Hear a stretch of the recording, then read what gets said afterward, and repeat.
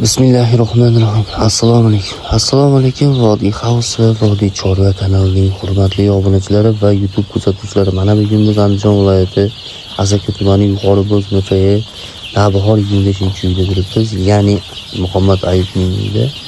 Ko'pchiliklarga kimga shunaqa Andijon qora jo'jalarining kichikroqlaridan kerak bo'lsa, bemalol aloqaga chiqishingiz mumkin. O'zbekiston bo'ylab dastlabki xizmatimizdan bor, xudo xolasa.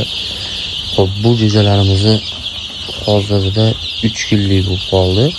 Yo'q, 4 kunlik bo'libdi. Xudo xolasa kimga zarur bo'lsa bemalol zakaz berishingiz mumkin. 1 kunliklar 7 so'mdan, bularimizni xudo xolasa 10 kunlik qilib sotamiz.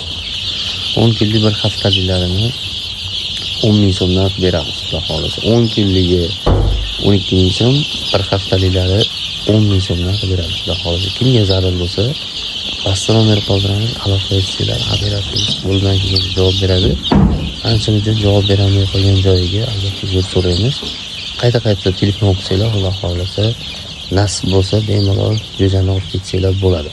Xo'p, hurmatli obunachilar, fevral oyida boqqanimda 5 mingtani bo'ldi aka, bu O'zbekistonga yetadi 5 mingta jo'ja degan obunachim bor edi. Hurmatli obunachim, endi hozir shu kungacha nechta jo'ja boqqanimni o'zingiz hisoblab ko'ring. Men bilaman, bittinchi vatandan Cherezdin aka, Cherezdin demay, hammangi vatan bitta qilganda bir kunda 10 mingta yo 15 mingta jo'ja chiqadi. Obunachim, bu Andijon viloyati Asaka tumanida o'ta Andijon qora jo'jasiga urg'u baland и самый интересный tovuq. Bu Andijon qora tovuq bo'lib qoldi. Hozir O'zbekistonda Liboy hududida Andijon qora jo'jasiga qiziqish o'ta baland. Shuning uchun hamma o'zini Andijon qora jo'jasiga urg'u bilgan ham bilmagan ham.